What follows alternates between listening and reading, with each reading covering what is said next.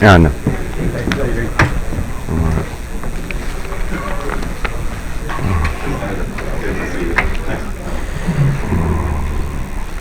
So, ladies and gentlemen, good morning. I'm Hugo Gurdon, Editorial Director of the Washington Examiner, and I'm delighted that you could all be here in this wonderful facility at the Heritage Foundation. I want to thank the Heritage Foundation very much for letting us hold this event here. We have a great event for you this morning. I also want to thank the Alliance for American Manufacturing and to the Taiwan civil government for making this event possible. They've been great partners, and we're delighted to work with them. The Commerce Secretary was instructed at the last hour to clear his schedule and go to a meeting somewhere. I don't know who has the power to instruct him in that way.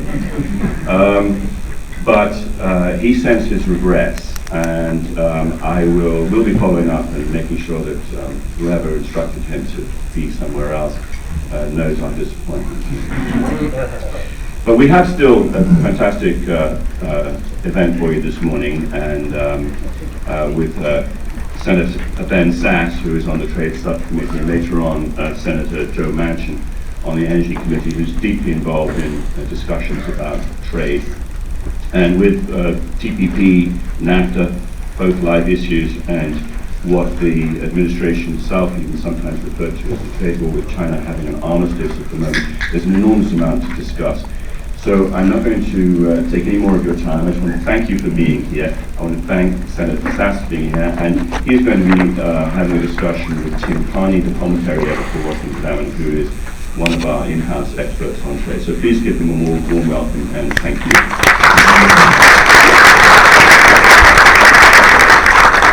Thank you. Good morning. Thank you all for coming. I'm Tim Carney, commentary editor at the Washington Examiner. As a commentary editor and opinion guy, I love debates.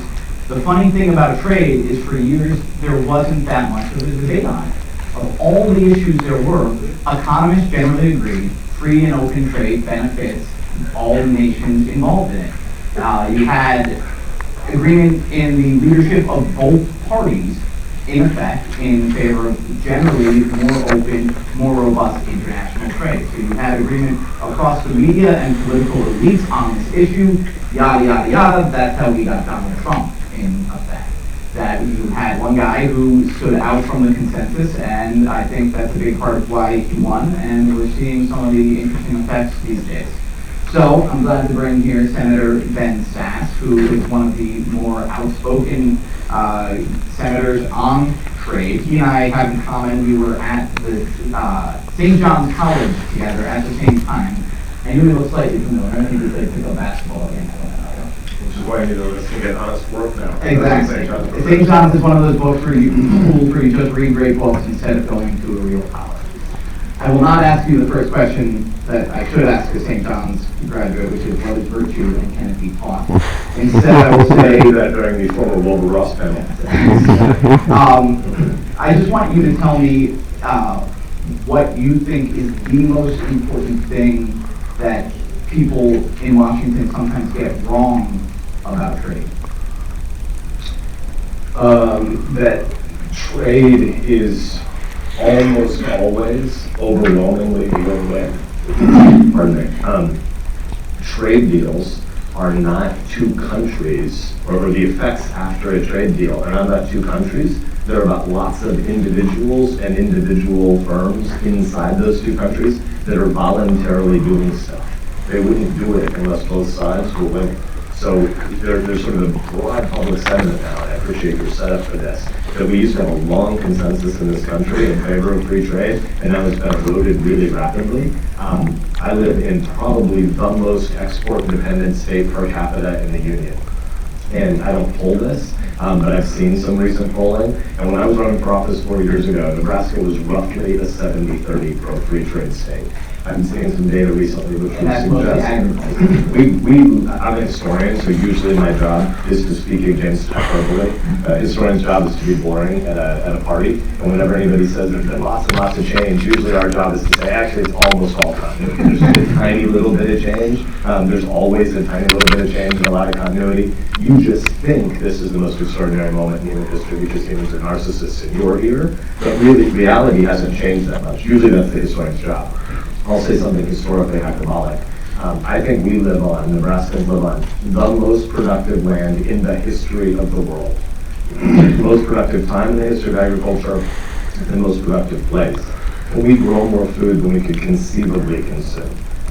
So we need export markets to be able to sell all our food, or our state collapses. And that's not just farmers and ranchers. That's welders and truckers and everybody downstream. So we need export trade markets. And yet, in my state, I've seen data recently which would suggest that we've gone from 70-30 pro-trade to maybe 60-40 anti-trade. And when you talk to people, and you ask why the newfound skepticism of trade, and it's because I think we've adopted publicly a big, broad view that trade is a zero-sum game. And so when you have more trade, the assumption is consumers win, but producers probably lose. And so you get cheaper flat-screen TVs, but you have fewer jobs. That's just not borne out by the data of what actually happens historically. Trade is a win-win on net for almost every, consumers obviously indisputably win in both countries, but almost every particular trading relationship has producers winning on net as well. Now there's a lot we have to talk about that's complicated about the differences between subsectors of production where there are more winners and losers. Well, and again, I think all the economic data bears out that freer trade helps the nation as a whole. But as you know, the nation is not one economy, it's many economies. And there's lots of economic data suggesting that that local pockets suffer deep and lasting harm. So what's good for the farmers of Nebraska might not be good for the former steel workers of southwestern Pennsylvania or these other pockets of the country. So is trade redistributing wealth from West Virginia to Nebraska, and what could you do? What is your answer to people who are in these industrial towns that seem to have lost out their manufacturing jobs to free trade? Yeah, great question. So first of all, I want to agree with the premise. So theoretically, it is absolutely the case that you could have redistribution among different productive sectors. But that's really not what's happened over the last few decades. Almost all of our trading relationships have produced net jobs as well. But we definitely have this image in our mind of a Rust Belt town where there's been lots and lots of loss over the last few decades. There's a hollowing out of community, and there's a disruption in the nature, durable, long-term nature of work. That's a big problem that this town should be tackling and isn't. But first we have to be sure we're properly identifying the real problem. If you have in your mind a picture of a closed-up factory in Youngstown, and there's a new factory that has the same brand name of a company in Mexico, most Americans look at that problem, and I think the president looks at that problem and says, there used to be a factory in Youngstown, and now there's a factory with that brand name in Mexico. See, trade caused this problem. The real issue is not the fact that the factory was in Youngstown and now in Mexico. It's that, and my problem here, I want to say, the problem that is causing a lot of this disruption to local community. The real problem is the factory used to have 38,000 employees, and today it has 800 employees. We should definitely have a debate about the regulatory environment and maybe pieces of the trade policy that led the new factory to be in Mexico, not Youngstown. But first, just acknowledge that if the same high-tech factory were in Youngstown today, employing 800 instead of 38,000, we still have most of the same problem we need to debate. And I think here it's very important to have a historical understanding of what happens as as technology substitutes for labor in every sector as it becomes more modern. So agriculture 150 years ago to the present is a perfect picture of what's happened in big tool factory jobs over the last 50 years. I'll just give one hard fact on this. In 1900, 41% of the U.S. labor market was involved in agricultural production. 1900, 41%. Today, well under 2%. We have more total output. Is that because of trade? No, that's because of technology. Humans have brains, and we get better over time at doing things more efficiently and more effectively. So we've gone from 41% of our workforce to less than 2% in ag, and we have more total output. Here's the parallel in industrialism. In the mid-1950s, the high water mark of U.S. industrial employment in history, about 31% of the American labor market worked in factories. Today, it's what? About 7%. And we have more total output. That is a function of technology overwhelmingly, not trade. And we should absolutely be thinking about what it looks like to live in a society where we don't have lifelong work anymore. But most of that problem is not about trade. Well, I don't know if you've seen the studies by MIT economist David Offshore, and while technology is a driving factor, he has said that specifically local economies that are competing with China, once after China entered the WTO, local economies in the U.S. that are competing with China saw dramatic negative effects, and not just the loss of manufacturing jobs, but increased criminality, decreased marriage, increased out-of-wedlock birth, and his economic studies had fairly robustly tried to establish that, it is that if you were competing with China, you did work. So it's not just robots doing these jobs, it's the trade. So I guess my question would be, if the U.S. government is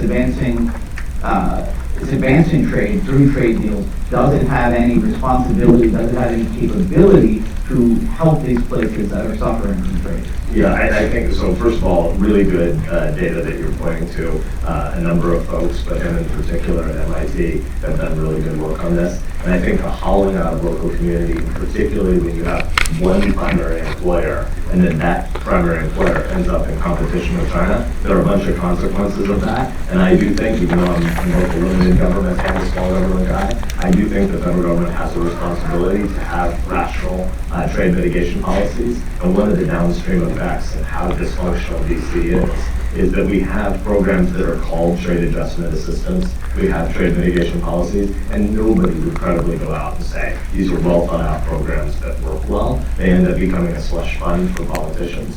And so I think we definitely need to think about what the repositioning of communities are. And again, tying it back to technology and the digital revolution we're going through, so there are particular communities that are primarily responsive to Chinese competition, pardon me, is that we need to have a shared understanding that 40 and 45 and 50 and 55-year-olds are now going to be disrupted out of jobs forevermore. That is inevitable. That is not a policy choice. That's economic reality. And so we need to know what it looks like to have job retraining for mid-career folks. And right now we don't have any credible programs in this space, and there are 120 of them, and I think some of the GAO studies say 3 or 4 of them might not be terrible, but none of these programs really work, and there's inertia in DC around already exited programs instead of actually thinking what's the policy objective and what's the needs for that.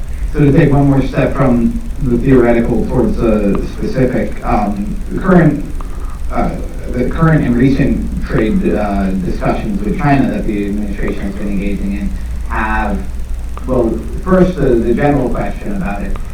If a foreign country is subsidizing their industries, and we know that China has many state-owned industries, has massive export subsidies, and has these 5-year, 10-year plans where they have a planned economy, does that weaken the argument for free trade in our regard? In other words, people say, well, we could compete against Chinese companies, but not when they're effectively backed by the whole government, so that's why we need to put tariffs on those goods. What's your response to that argument?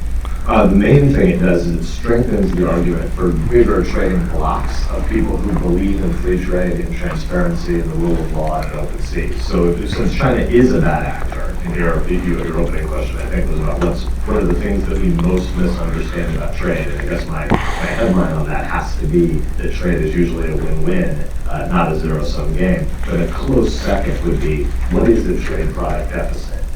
Because people throw it around here as if it's inevitably a terrible thing without talking about trade services surplus and foreign direct investment that usually offset the same equation. So there's a big difference between our bilateral trade product deficit over years with Mexico and our trade deficit with China. The trade product deficit with Mexico is overwhelmingly not a problem. It's been a win-win for the U.S. and Mexico for about 45 consecutive years. With China, there's a whole bunch of things that our trade deficit does reveal about broader Chinese bad practices. But the most important thing, even though the trade deficit with China does matter, The most important problems with China are the Made in China 2025 initiative and their IP theft. The real problems with China are much bigger than just our trade deficit. And right now, I don't think the administration, and I wish Secretary Ross would be here because I would love to have heard his comments on this. I think right now the administration hasn't been very clear about what its actual objectives are with China. But if what you care about are the biggest problems that are harming Americans, the trade deficit, yes, but more fundamentally, their plan to dominate a whole bunch of tech sectors over time, the single best thing we could do to push back on Chinese bad behavior, and there's lots of it, would be to be leading TPP. If the U.S. were leading a whole bunch of other nations in the Pacific that believed in the rule of law, believed in free markets, believed in transparency, believed in human rights, believed in open sea lanes, that's the single worst thing that could happen to China vis-a-vis the U.S. A bilateral strategy without clear goals that just always has the risk of either intentionally or accidentally drifting into a trade war, that doesn't help us. It doesn't solve these problems. Do you think that the agreement that seems to have come out of these China talks is a positive one? I mean, for instance, there's, the administration says that China's agreed to buy a lot more American-grown crops, and so that's the administration's focus on the trade deficit, especially the trade deficit vis-a-vis China, shrinking that. Is that something you see as a positive, or just generally your reaction to how things seem to be turning out with China now? Yeah, I mean to say this humbly because obviously you're an esteemed member of the media, and I look around the room and I see lots of members of the media here, so I don't want to beat up on any headline writers, but frankly, I've read lots of stories the last 3 or 4 days about the trade deal and about the particulars of how the U.S. won. I've yet to find a story that actually has any substantive facts underneath it to explain what the deal is. So if the headlines are right about this China deal, I'm ready to pop champagne corks as well, but I've actually not seen any substantive details about this alleged deal. It looks to me like we're losing the trade negotiation with China, but the administration has done a masterful job of spending a lot of reporters to say the administration says they just won a China trade negotiation, and so that became a temporary headline.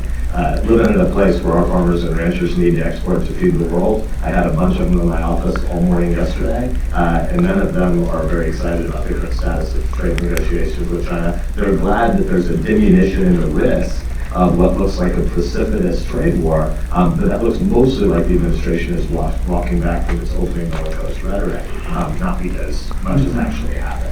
So then, China is not our only trading partner, obviously. The Trump administration has said, that NAFTA was a bad deal. So I guess my first question to you is, do you think NAFTA was a good deal? And the follow-up is, what would you look to do in a renegotiation of NAFTA? Yeah, so first of all, NAFTA was a great deal for the U.S. and for Mexico and for Canada.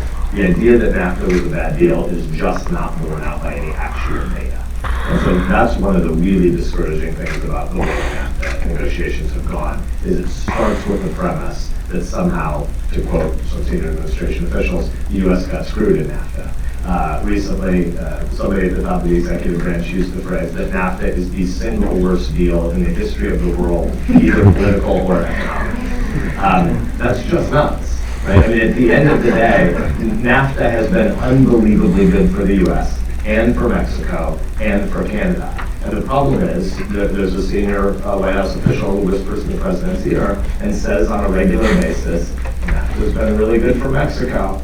And the assumption you're supposed to take away from that is somehow the U.S. must have gotten screwed. But trade deals and real estate deals are not the same. Real estate deals are to a certain degree zero-sum. Ultimately, if I want to be a buyer or I want to be a seller or my counterparty wants to be a buyer or a seller, once we move toward the table to negotiate final terms, it does become zero-sum because there's a point at which the negotiation of the deal won't happen. And just prior to that, there's still another dollar where it would, and $2 shy, and $3 shy. And so if you walk away from a real estate deal and your counterparty's really, really excited with the deal they got, then you did get screwed a little bit. You negotiated a little bit of a bad deal. You still voluntarily entered into this agreement, so you must think it's still a win for you. But you got less than you might have gotten. Trade is not like that.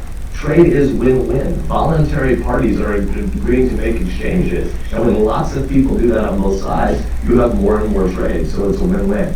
On NAFTA, the deal's 2 decades old. There are lots of things that need to be modernized. There's a chapter not an entire chapter, but there's a big chunk of the original NAFTA deal that's about the cassette tape player in your car. How many, show of hands quick, how many people have a cassette tape player in your car? I do too. Thank you for driving a 20-year-old Silverado with 297,000 miles, just like I do. Turns out you can get a little string that goes into your cassette player and you can actually run a CD off of it in the center console. Still 2 generations of tech back. But, so there's cassette tape player terms in your NAFTA deal. That's not needed. You know what's not at all in NAFTA? Anything about backup cameras.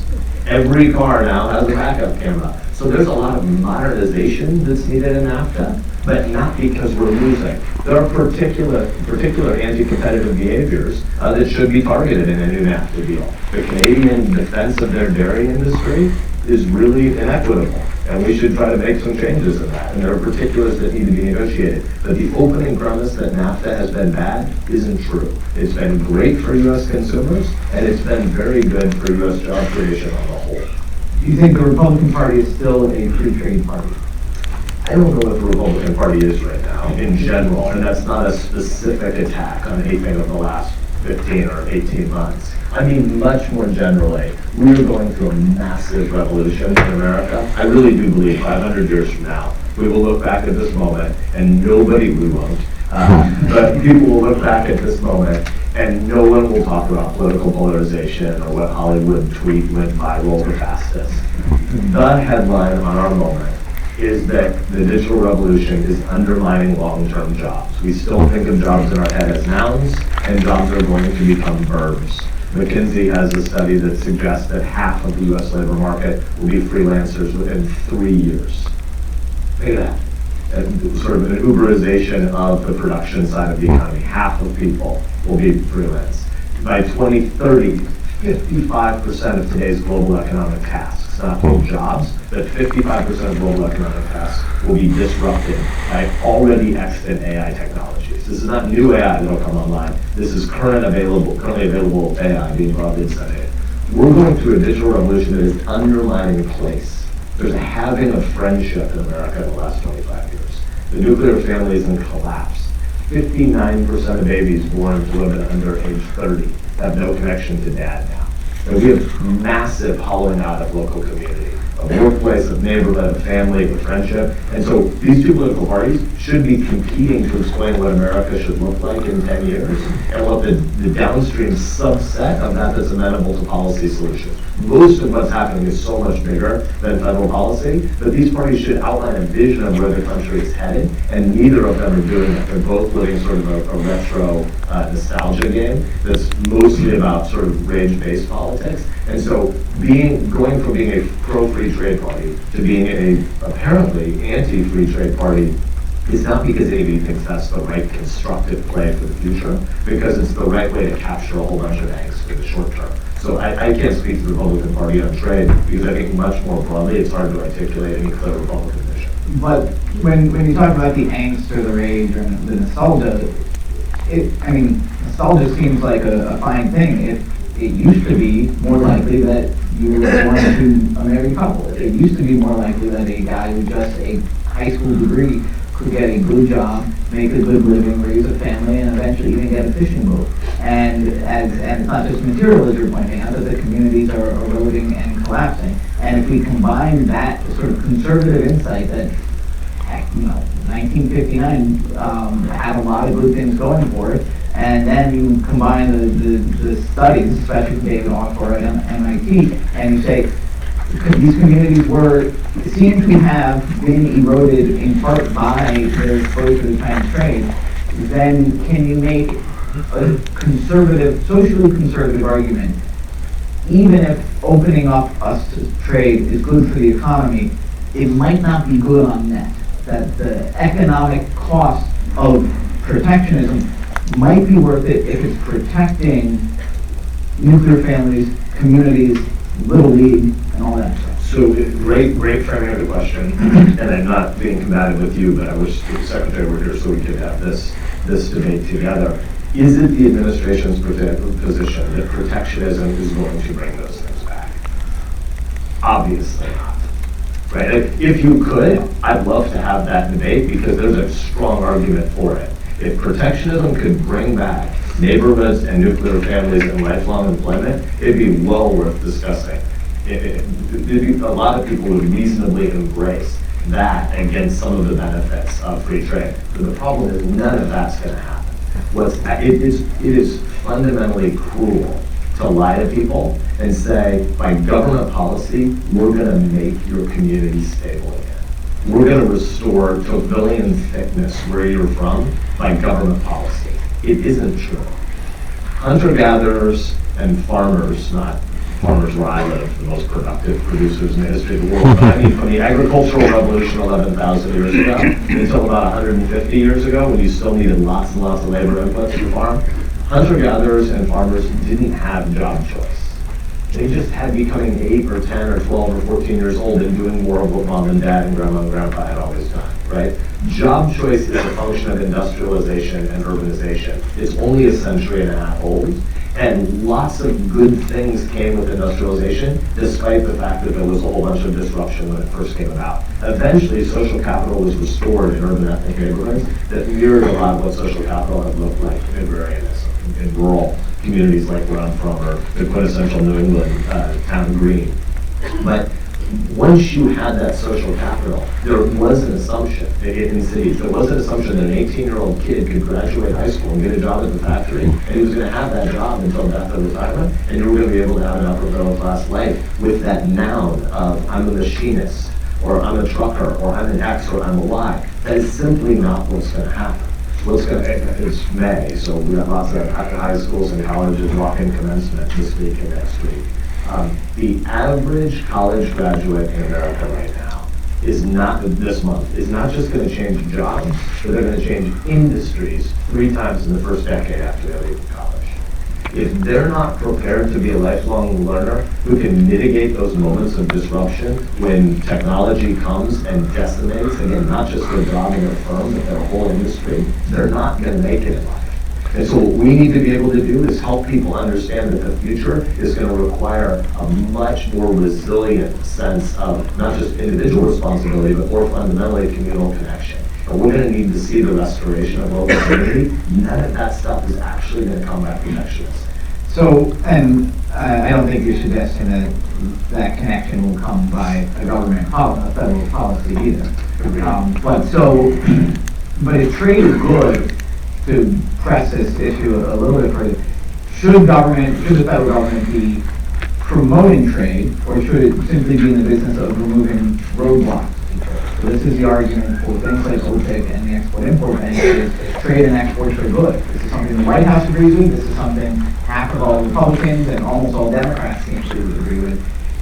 We have lots of subsidies for agriculture. We have subsidies for exports.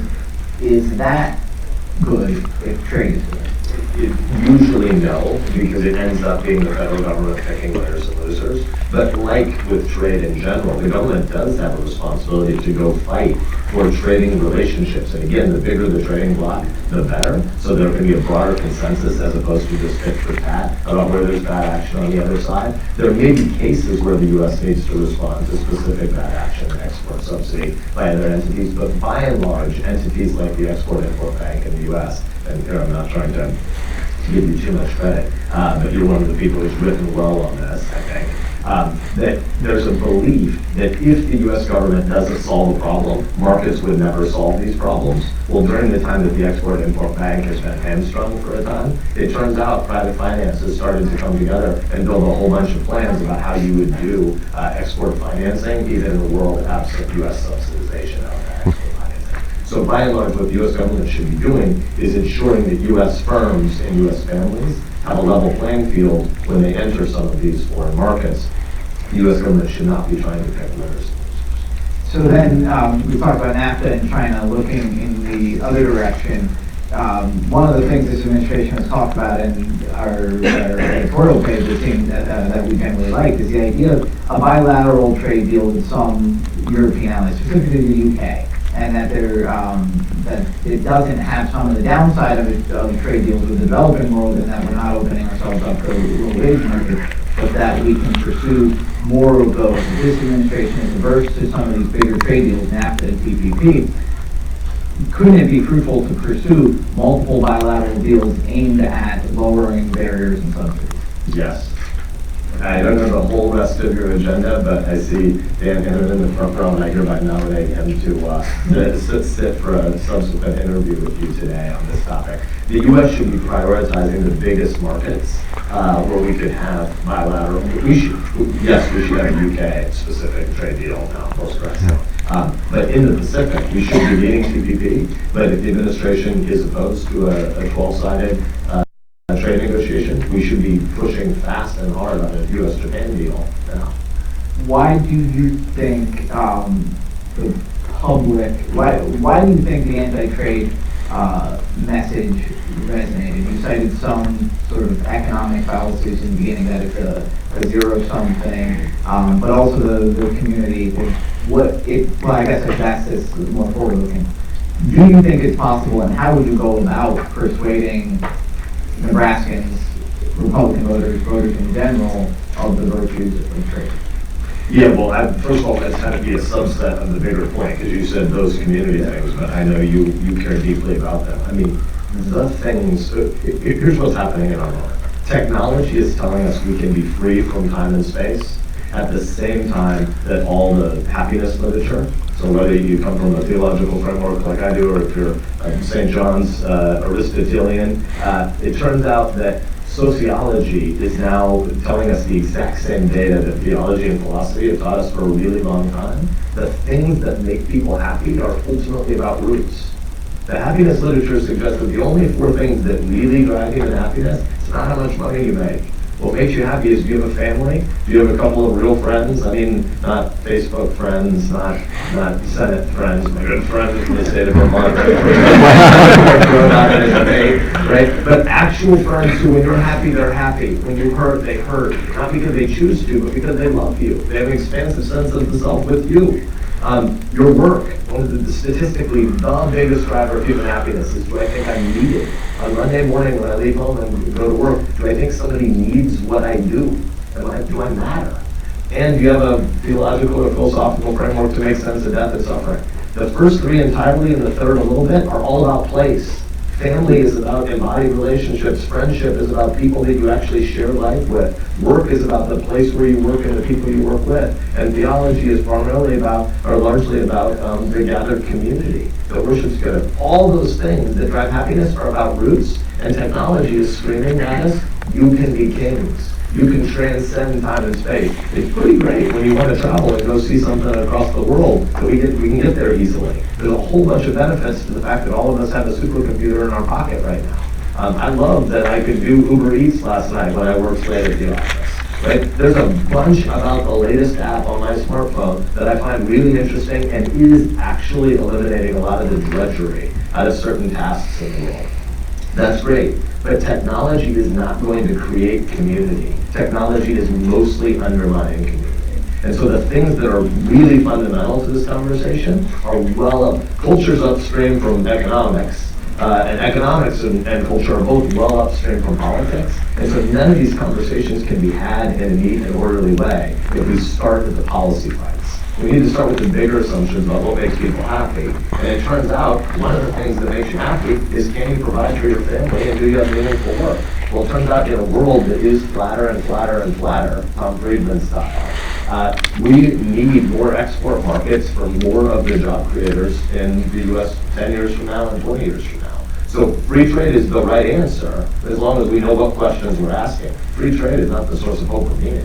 Great. I have one last question for you. Do you have policy proposals, or will you soon have policy proposals, either that advance free trade or that address some of the problems that are that can be caused in these local pockets by trade? So I don't have a specific trade mitigation reboot policy, but I'm definitely not looking to make any news here, so this is well in the future. But I don't think we're going to solve any of this without a big discussion about where our entitlement investments go. And right now they go to the wrong places. We are not thinking about what is still the great civil rights issue of our day, which is the disaster of so much K-12 education in America. We are not thinking about what it looks like when higher education is going to be remade in the future and needs to be remade. And the good news is it's going to be remade by digital disruption, even if the federal government and incumbent interests are too slow in the uptake and not wanting it to happen. But we have in our mind, I want to say, I guess let me give you the headline first. I'm thinking about K-12, about higher education, about mid-career job retraining, and about how much of our entitlement benefits are now flowing to the earliest retiring population in the history of the world statistically, right? What we're doing right now in spending almost all of the federal government's investment on young retirees is really, really dumb policy. I know that's politically dangerous and stupid to say, but I don't really care. Right? I don't think this is the most important job in the world. I came here to try to help solve some problems.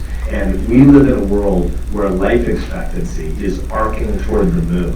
That's great, great news, right? When we set our retirement age at age 65, it was in the mid-1930s, and life expectancy was 62. We set our retirement age as an outlier for unusually long-lived widows. Life expectancy was 59 for men, 64 for women. We set the retirement age at 65 for widows who outlived their husband by more than 6 years instead of the normal 5. Our life expectancy in this room now is 81, and there are a bunch of people in Silicon Valley making big bets right now that sometime soon, they debate whether or not it's 10 years or 50 years, but there are a bunch of Silicon Valley futurists who believe the pace of biomedical engineering and just disease mitigation more generally is going to lead to a world where you're going to have life expectancy grow by more than a year per year for a really long period of time at some point soon.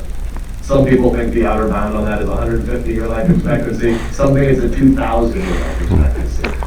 Whatever it is, at the 81 and climbing that it's at right now, there's not a chance in the world we're still going to have a retirement age of 65 in a couple of years.